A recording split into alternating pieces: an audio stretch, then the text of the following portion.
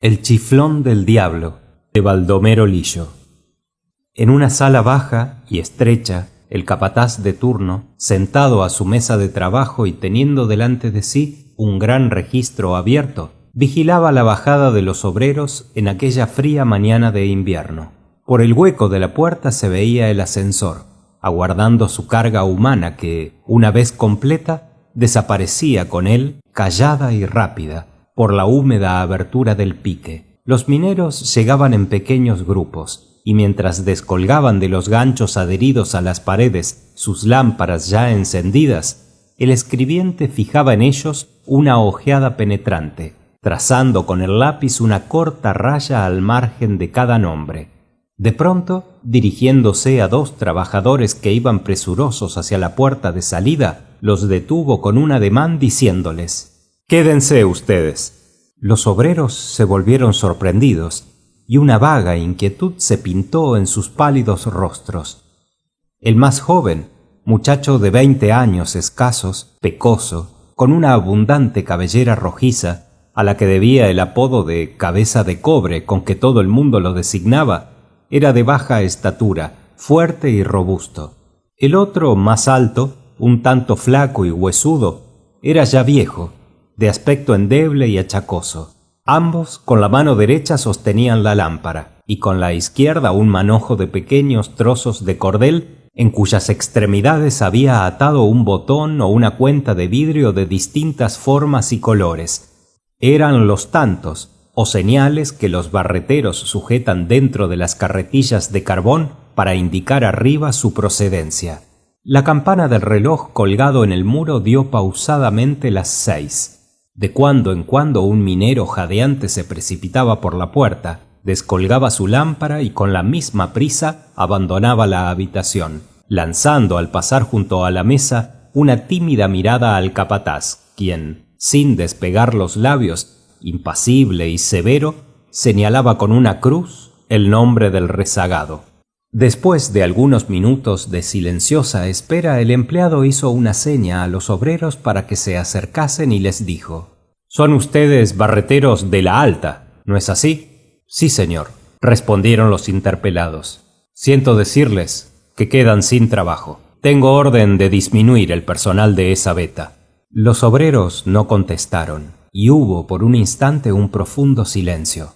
Por fin, el de más edad dijo: «Pero se nos ocupará en otra parte». El individuo cerró el libro con fuerza y, echándose atrás en el asiento, con tono serio contestó: «Lo veo difícil. Tenemos gente de sobra en todas las faenas». El obrero insistió: «Aceptamos el trabajo que se nos dé. Seremos torneros, apuntaladores, lo que usted quiera». El capataz movía la cabeza negativamente. «Ya lo he dicho. Hay gente de sobra. Y si los pedidos de carbón no aumentan, habrá que disminuir también la explotación en algunas otras vetas».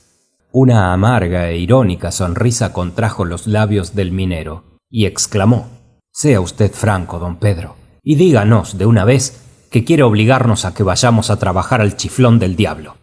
El empleado se irguió en la silla y protestó indignado: «Aquí no se obliga a nadie. Así como ustedes son libres de rechazar el trabajo que no les agrade, la compañía, por su parte, está en su derecho para tomar las medidas que más convengan a sus intereses». Durante aquella filípica, los obreros, con los ojos bajos, escuchaban en silencio, y al ver su humilde continente, la voz del capataz se dulcificó. «Pero, aunque las órdenes que tengo son terminantes», agregó, «quiero ayudarles a salir del paso.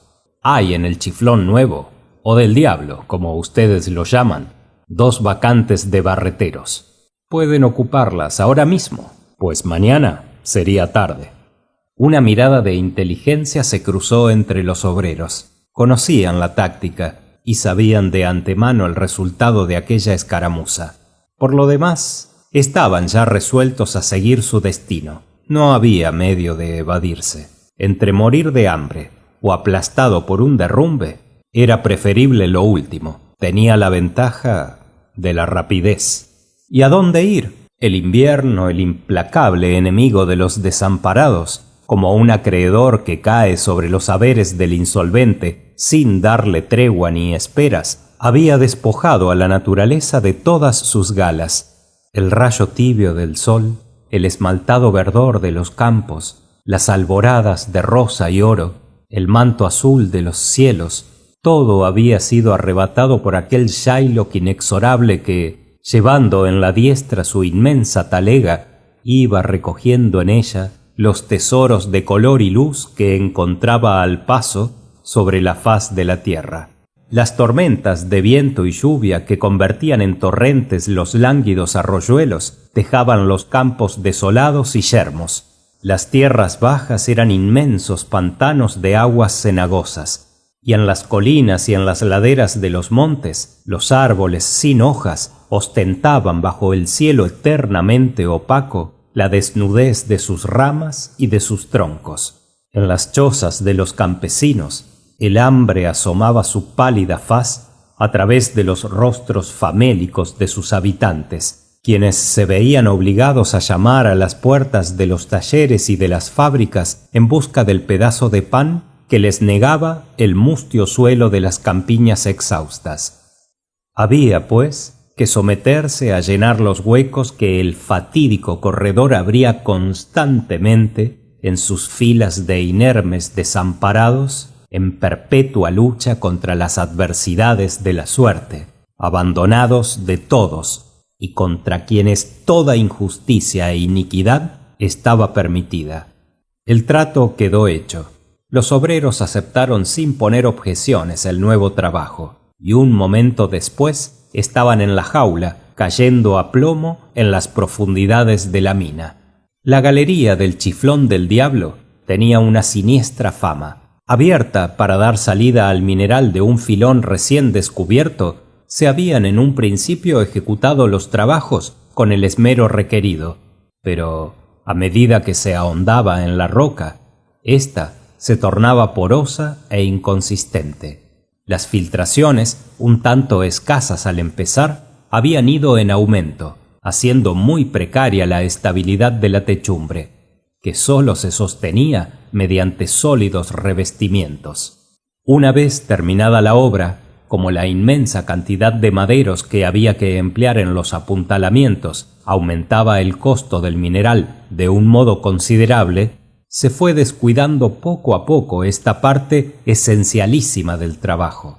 Se revestía siempre, sí, pero con flojedad, economizando todo lo que se podía. Los resultados de este sistema no se dejaron esperar. Continuamente había que extraer de allí a un contuso, un herido y también a veces algún muerto, aplastado por un brusco desprendimiento de aquel techo falto de apoyo, y que, minado traidoramente por el agua, era una amenaza constante para las vidas de los obreros, quienes, atemorizados por la frecuencia de los hundimientos, empezaron a rehuir las tareas en el mortífero corredor, pero la compañía venció muy luego su repugnancia con el cebo de unos cuantos centavos más en los salarios, y la explotación de la nueva veta continuó. Muy luego, sin embargo, el alza de jornales fue suprimida, sin que por esto se paralizasen las faenas, bastando para obtener este resultado el método puesto en práctica por el capataz aquella mañana. Muchas veces, a pesar de los capitales invertidos en esa sección de la mina, se había pensado en abandonarla, pues el agua estropeaba en breve los revestimientos que había que reforzar continuamente, y aunque esto se hacía en las partes solo indispensables, el consumo de maderos resultaba siempre excesivo. Pero, para desgracia de los mineros, la hulla extraída de allí era superior a la de los otros filones, y la carne del dócil y manso rebaño, puesta en el platillo más leve, equilibraba la balanza, permitiéndole a la compañía explotar sin interrupción el riquísimo venero, cuyos negros cristales guardaban a través de los siglos la irradiación de aquellos millones de soles que trazaron su ruta celeste desde el oriente al ocaso, allá en la infancia del planeta. Cabeza de Cobre llegó esa noche a su habitación más tarde que de costumbre. Estaba grave, meditabundo, y contestaba con monosílabos las cariñosas preguntas que le hacía su madre sobre su trabajo del día. En ese hogar humilde había cierta decencia y limpieza, por lo común desusadas en aquellos albergues donde en promiscuidad repugnante se confundían hombres, mujeres y niños, y una variedad tal de animales que cada uno de aquellos cuartos sugería en el espíritu la bíblica visión del arca de Noé. La madre del minero era una mujer alta, delgada, de cabellos blancos. Su rostro, muy pálido, tenía una expresión resignada y dulce, que hacía más suave aún el brillo de sus ojos húmedos, donde las lágrimas parecían estar siempre prontas a resbalar. Llamábase María de los Ángeles, hija y madre de mineros. Terribles desgracias la habían envejecido prematuramente. Su marido y 2 hijos, muertos uno tras otro por los hundimientos y las explosiones del Grisú, fueron el tributo que los suyos habían pagado a la insaciable avidez de la mina. Solo le restaba aquel muchacho, por quien su corazón, joven aún, pasaba en continuo sobresalto. Siempre temerosa de una desgracia, su imaginación no se apartaba un instante de las tinieblas del manto carbonífero que absorbía aquella existencia que era su único bien, el único lazo que la sujetaba a la vida. ¿Cuántas veces en esos instantes de recogimiento había pensado, sin acertar a explicárselo, en el porqué de aquellas odiosas desigualdades humanas que condenaban a los pobres, al mayor número, a sudar sangre para sostener el fausto de la inútil existencia de unos pocos? Y si tan solo se pudiera vivir sin aquella perpetua zozobra por la suerte de los seres queridos, cuyas vidas eran el precio tantas veces pagado del pan de cada día. Pero aquellas cavilaciones eran pasajeras, y no pudiendo descifrar el enigma, la anciana ahuyentaba esos pensamientos y tornaba a sus quehaceres con su melancolía habitual. Mientras la madre daba la última mano a los preparativos de la cena, el muchacho, sentado junto al fuego, permanecía silencioso, abstraído en sus pensamientos. La anciana, inquieta por aquel mutismo, se preparaba a interrogarlo cuando la puerta giró sobre sus goznes y un rostro de mujer asomó por la abertura. «Buenas noches, vecina. ¿Cómo está el enfermo?», preguntó cariñosamente María de los Ángeles. «Lo mismo», contestó la interrogada penetrando en la pieza. «El médico dice que el hueso de la pierna no ha soldado todavía y que debe estar en la cama sin moverse». La recién llegada era una joven de moreno semblante, demacrado por vigilias y privaciones. Tenía en la diestra una escudilla de hoja de lata y, mientras respondía, esforzábase por desviar la vista de la sopa que humeaba sobre la mesa. La anciana alargó el brazo y cogió el jarro, y en tanto vaciaba en él el caliente líquido, continuó preguntando: «¿Y hablaste, hija, con los jefes? ¿Te han dado algún socorro?». La joven murmuró con desaliento: «Sí, estuve allá. Me dijeron que no tenía derecho a nada, que bastante hacían con darnos el cuarto, pero que si él se moría, fuera a buscar una orden para que en el despacho me entregaran 4 velas y una mortaja». Y dando un suspiro agregó: «Espero en Dios que mi pobre Juan no los obligará a hacer ese gasto». María de los Ángeles añadió a la sopa un pedazo de pan y puso ambas dádivas en mano de la joven, quien se encaminó hacia la puerta, diciendo agradecida: «La Virgen se lo pagará, vecina». «Pobre Juana», dijo la madre dirigiéndose hacia su hijo, que había arrimado su silla junto a la mesa. «Pronto hará 1 mes que sacaron a su marido del pique con la pierna rota. ¿En qué se ocupaba?». «Era barretero del Chiflón del Diablo». «Ah, sí. Dicen que los que trabajan ahí tienen la vida vendida». «No tanto, madre. dijo el obrero. Ahora es distinto.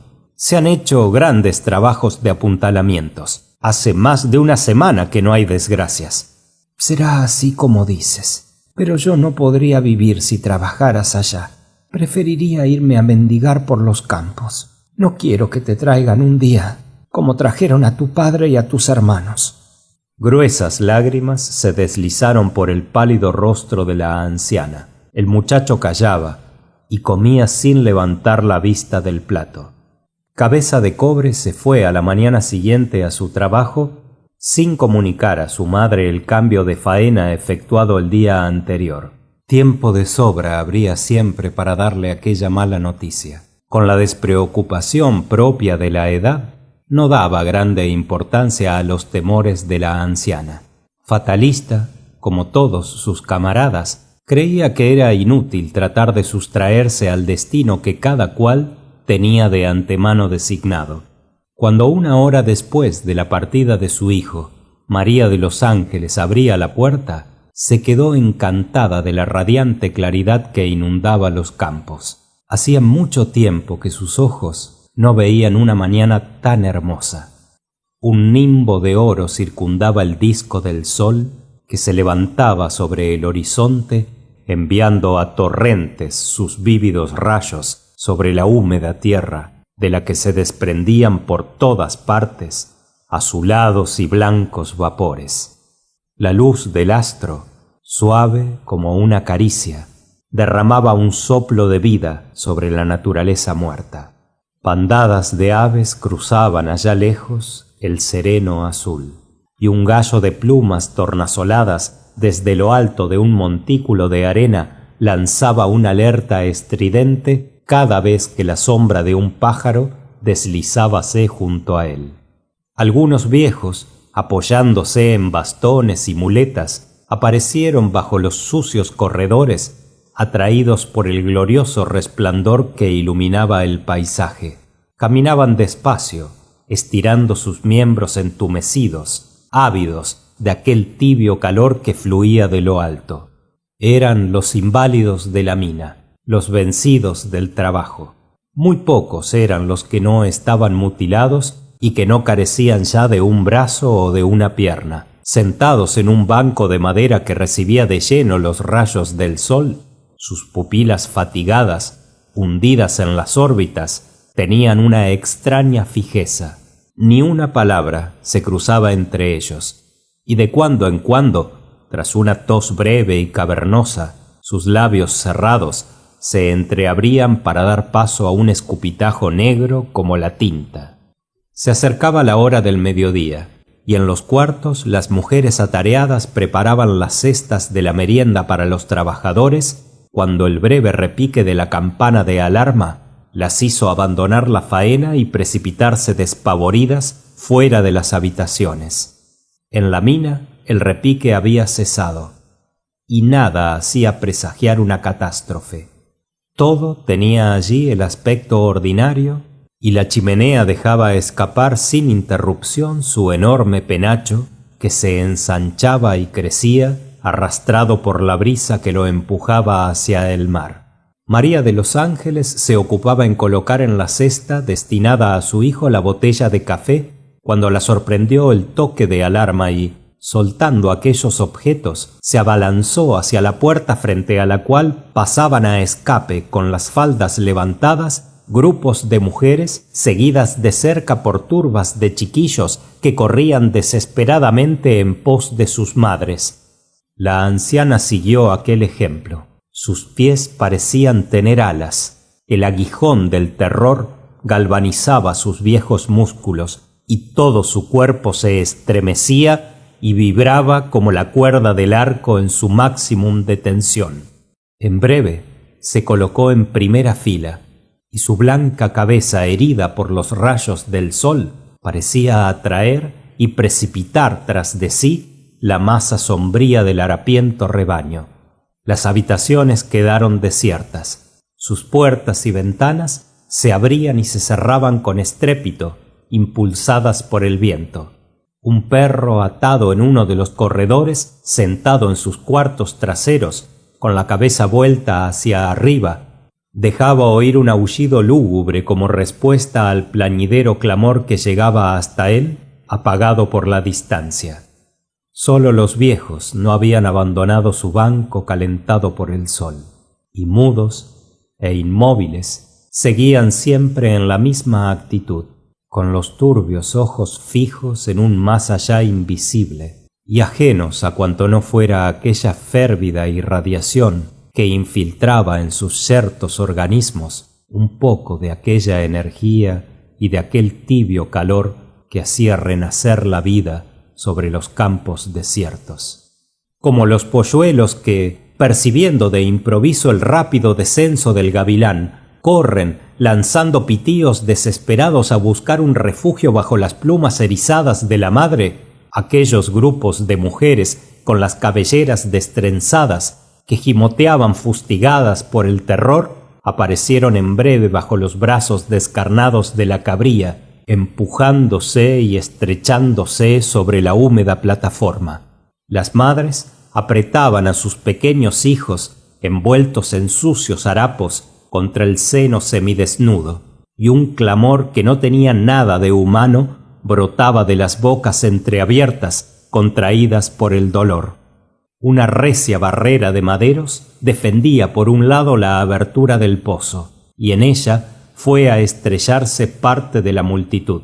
En el otro lado, unos cuantos obreros, con la mirada hosca, silenciosos y taciturnos, contenían las apretadas filas de aquella turba que ensordecía con sus gritos, pidiendo noticias de sus deudos, del número de muertos y del sitio de la catástrofe. En la puerta de los departamentos de las máquinas se presentó con la pipa entre los dientes uno de los ingenieros, un inglés corpulento, de patillas rojas, y con la indiferencia que da la costumbre, paseó una mirada sobre aquella escena. Una formidable imprecación lo saludó y centenares de voces aullaron: ¡Asesinos! ¡Asesinos! Las mujeres levantaban los brazos por encima de sus cabezas y mostraban los puños, ebrias de furor. El que había provocado aquella explosión de odio lanzó al aire algunas bocanadas de humo y, volviendo la espalda, desapareció. Las noticias que los obreros daban del accidente calmaron un tanto aquella excitación. El suceso no tenía las proporciones de las catástrofes de otras veces. Solo había 3 muertos, de quienes se ignoraban aún los nombres. Por lo demás, y casi no había necesidad de decirlo, la desgracia, un derrumbe, había ocurrido en la galería del Chiflón del Diablo, donde se trabajaba hacía ya 2 horas en extraer las víctimas, esperándose de un momento a otro la señal de izar en el departamento de las máquinas. Aquel relato hizo nacer la esperanza en muchos corazones devorados por la inquietud. María de los Ángeles, apoyada en la barrera, sintió que la tenaza que mordía sus entrañas aflojaba sus férreos garfios. No era la suya esperanza, sino certeza. De seguro, él no estaba entre aquellos muertos, y reconcentrada en sí misma, con ese feroz egoísmo de las madres, oía casi con indiferencia los histéricos sollozos de las mujeres y sus ayes de desolación y angustia. Entretanto, huían las horas, y bajo las arcadas de cal y ladrillo, la máquina inmóvil dejaba reposar sus miembros de hierro en la penumbra de los vastos departamentos.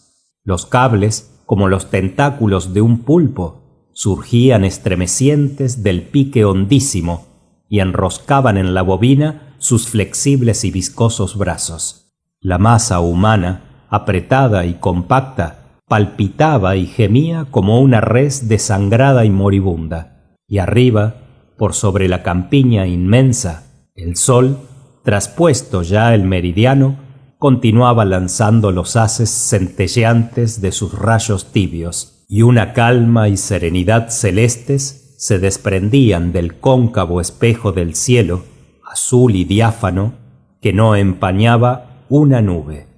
De improviso, el llanto de las mujeres cesó. Un campanazo, seguido de otros 3, resonaron lentos y vibrantes. Era la señal de izar. Un estremecimiento agitó la muchedumbre, que siguió con avidez las oscilaciones del cable que subía, en cuya extremidad estaba la terrible incógnita que todos ansiaban y temían descifrar. Un silencio lúgubre, interrumpido apenas por uno que otro sollozo, reinaba en la plataforma, y el aullido lejano se esparcía en la llanura y volaba por los aires, hiriendo los corazones como un presagio de muerte. Algunos instantes pasaron, y de pronto la gran argolla de hierro que corona la jaula asomó por sobre el brocal. El ascensor se balanceó un momento y luego se detuvo sujeto por los ganchos del reborde superior. Dentro de él, algunos obreros con las cabezas descubiertas rodeaban una carretilla negra de barro y polvo de carbón. Un clamoreo inmenso saludó la aparición del fúnebre carro. La multitud se arremolinó y su loca desesperación dificultaba enormemente la extracción de los cadáveres. El primero que se presentó a las ávidas miradas de la turba estaba forrado en mantas y sólo dejaba ver los pies descalzos, rígidos y manchados de lodo. El segundo, que siguió inmediatamente al anterior, tenía la cabeza desnuda. Era un viejo de barba y cabellos grises. El tercero y último apareció a su vez. Por entre los pliegues de la tela que lo envolvía asomaban algunos mechones de pelos rojos que lanzaban a la luz del sol un reflejo de cobre recién fundido. Varias voces profirieron con espanto: ¡El cabeza de cobre! El cadáver, tomado por los hombros y por los pies, fue colocado trabajosamente en la camilla que lo aguardaba. María de los Ángeles, al percibir aquel lívido rostro y esa cabellera que parecía empapada en sangre, hizo un esfuerzo sobrehumano para abalanzarse sobre el muerto, pero, apretada contra la barrera, solo pudo mover los brazos en tanto que un sonido inarticulado brotaba de su garganta.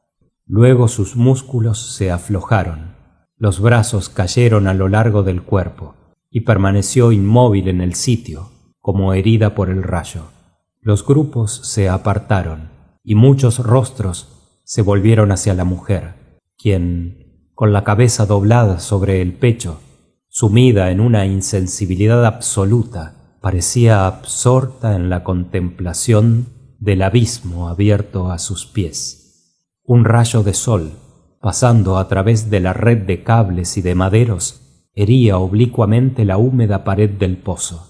Atraídas por aquel punto blanco y brillante, las pupilas de la anciana, espantosamente dilatadas, claváronse en el círculo luminoso, el cual, lentamente, y como si obedeciera a la inexorable, escrutadora mirada, fue ensanchándose y penetrando en la masa de roca como a través de un cristal diáfano y transparente. Aquella rendija, semejante al tubo de un colosal anteojo, puso a la vista de María de los Ángeles un mundo desconocido, un laberinto de corredores abiertos en la roca viva, sumergidos en tinieblas impenetrables y en los cuales el rayo de sol esparcía una claridad vaga y difusa. A veces el haz luminoso, cual una barreta de diamante, agujereaba los techos de lóbregas galerías a las que se sucedían redes inextricables de pasadizos estrechos por los que apenas podría deslizarse una alimaña. De pronto, las pupilas de la anciana se animaron. Tenía a la vista un largo corredor, muy inclinado, en el que 3 hombres forcejeaban por colocar dentro de la vía una carretilla de mineral. Una lluvia copiosa caía desde la techumbre sobre sus dorsos desnudos. María de los Ángeles reconoció a su hijo en uno de aquellos obreros, en el instante en que se erguían violentamente y fijaban en el techo una mirada de espanto.